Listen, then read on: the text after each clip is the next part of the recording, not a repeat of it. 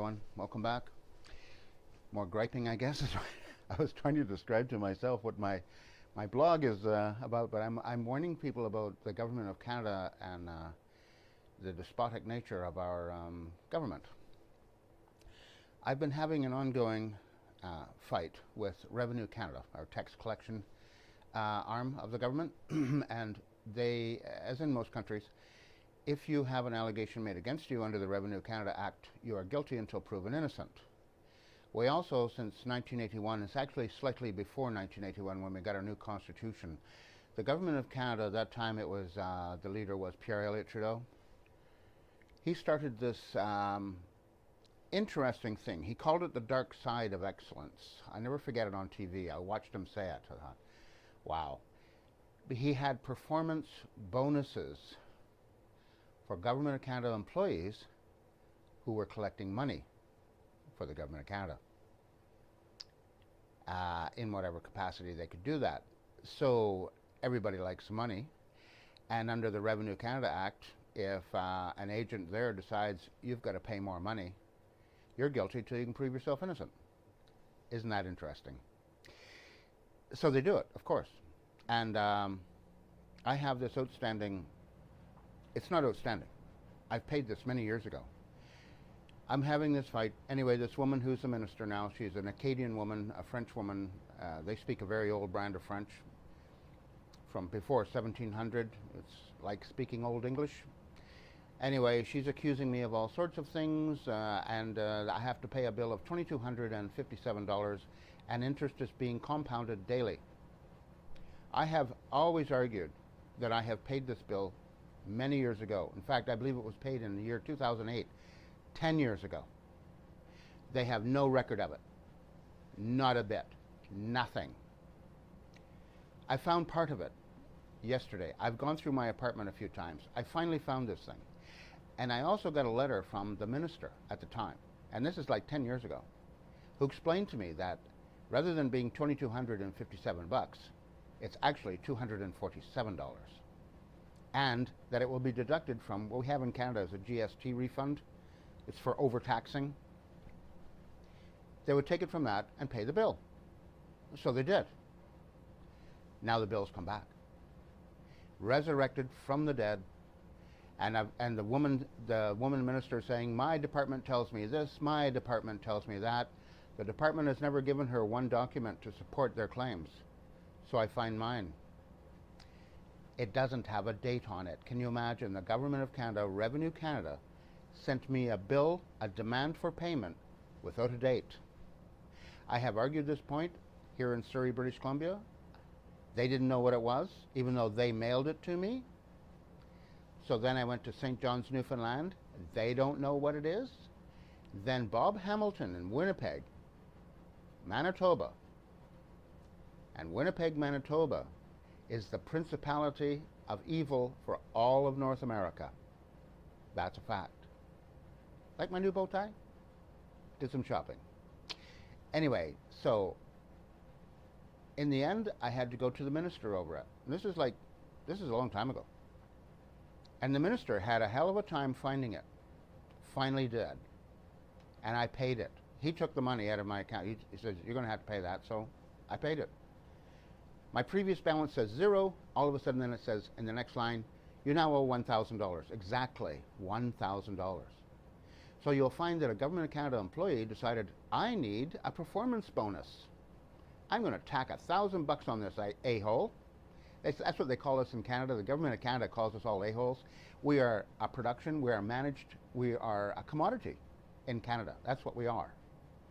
Our system of justice changed in 1981 to Napoleonic Code from English common law. Pierre Trudeau hated the English. He used to do pirouettes behind the Queen. He hated her, like he hates Alberta, which he used to give the finger to, if anybody knows what that is. And also Justin Trudeau was there when he was giving the finger to Albertans. Justin Trudeau was there. I worked for Sony of Canada, Calgary, Alberta.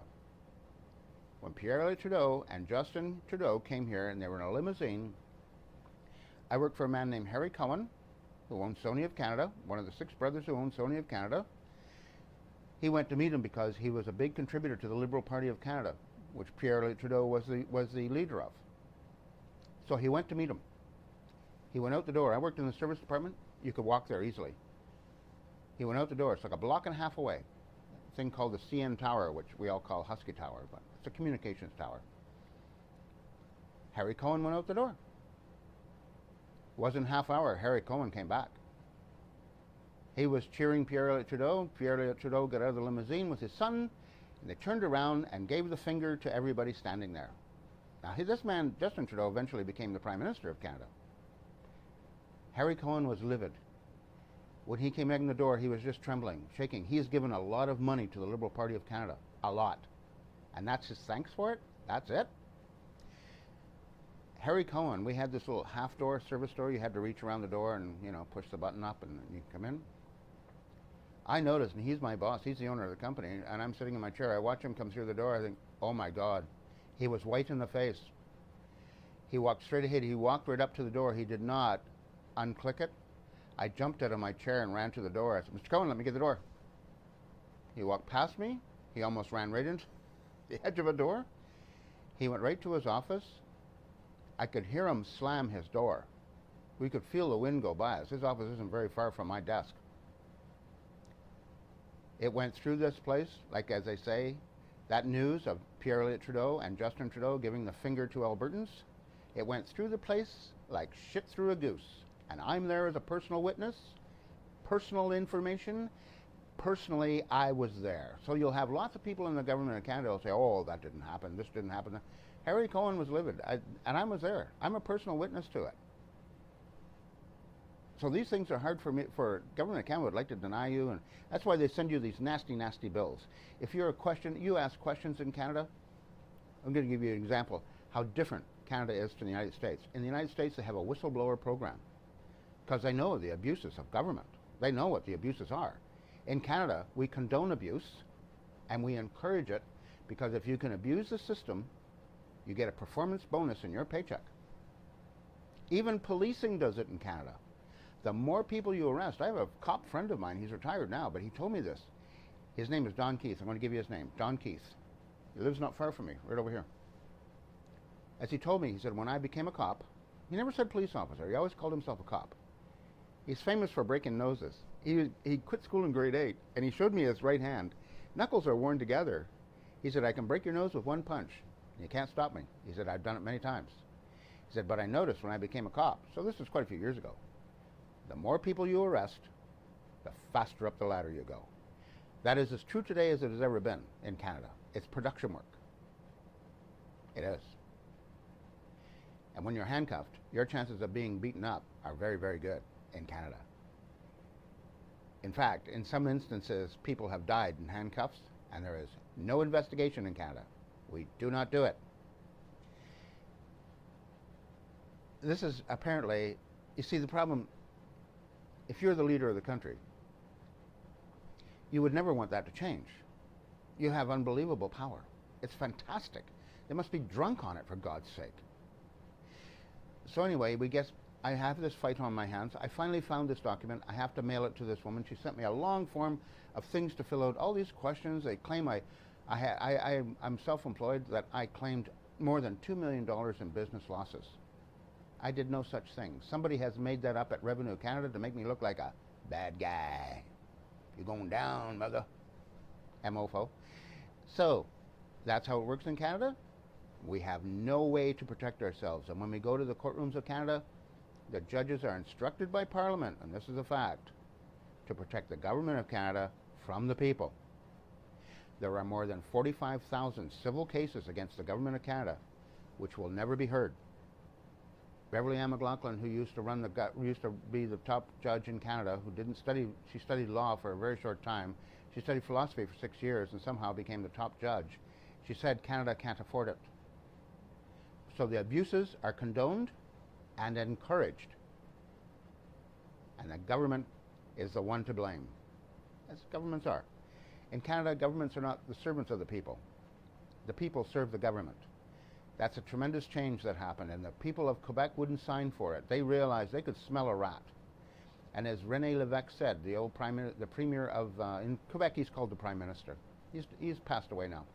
But at the time of the Constitution in 1981 and the negotiations were going on, Pierre Trudeau had written the Constitution, and he was a big fan of the dictators of the world.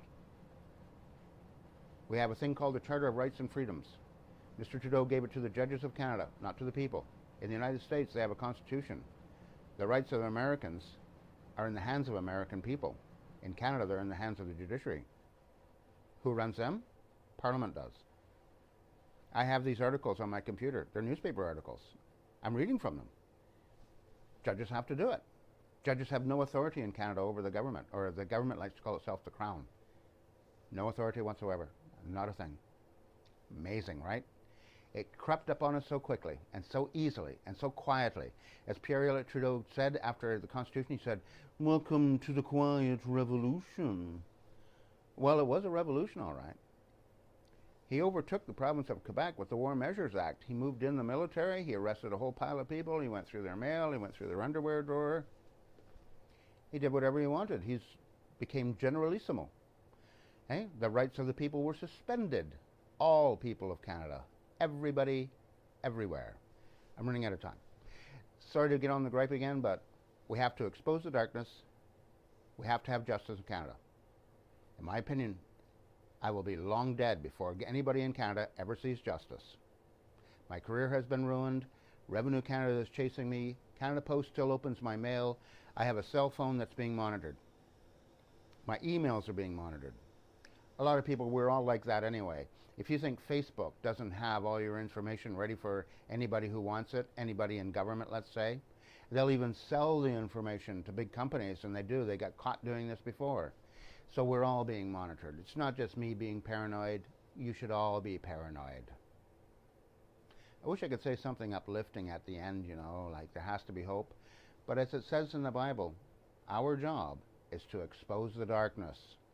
Winnipeg, Manitoba is the seat, the principality of evil for all of North America. It's a fantastic building if you could see it. It's fantastic. I'm going to try and get some pictures of it. I'm learning how to do video stuff, so I'm going to have to find out how to insert other videos, and it might take a little bit.